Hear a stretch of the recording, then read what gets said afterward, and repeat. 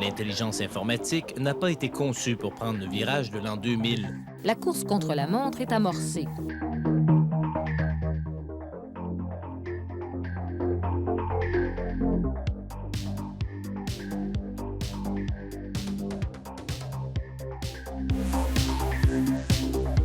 On est le 31 décembre, puis là, la première nouvelle qu'on est parvenir de Nouvelle-Zélande. Donc, quel type de sinistre qu'on a?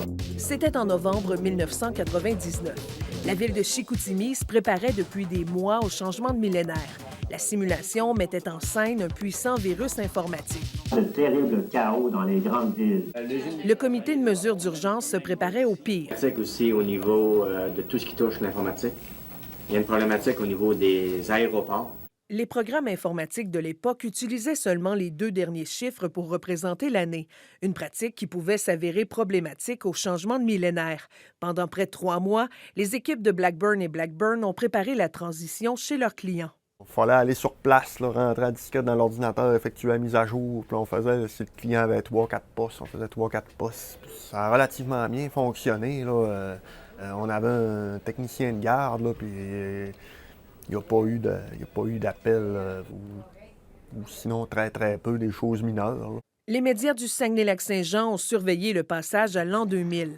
En début de carrière, Nicolas Saint-Pierre participait à une émission spéciale sur les ondes de CKRS. On avait tout un déploiement à la baie. Je me souviens entre autres de Jean-Jules Soucy avec son costume de robot. Puis il y avait eu le feu d'artifice, évidemment, à minuit.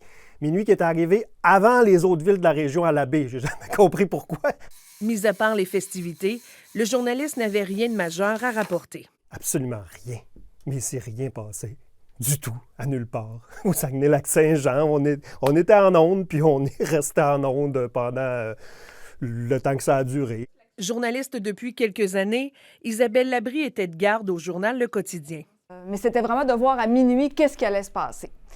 Comme on avait toujours la crainte de manquer de sous, que les guichets automatiques ne fonctionnent pas, je me souviens que j'étais allée sortir 300 $ et j'étais allée dans un bar qui était juste à côté du journal pour suivre les événements. Et à minuit pile, il ne s'est rien passé.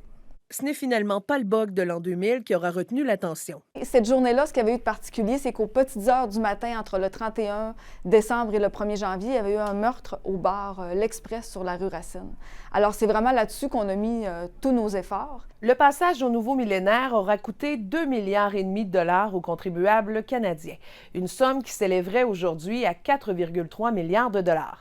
Ici Annie-Claude Brisson, Radio-Canada, Saguenay.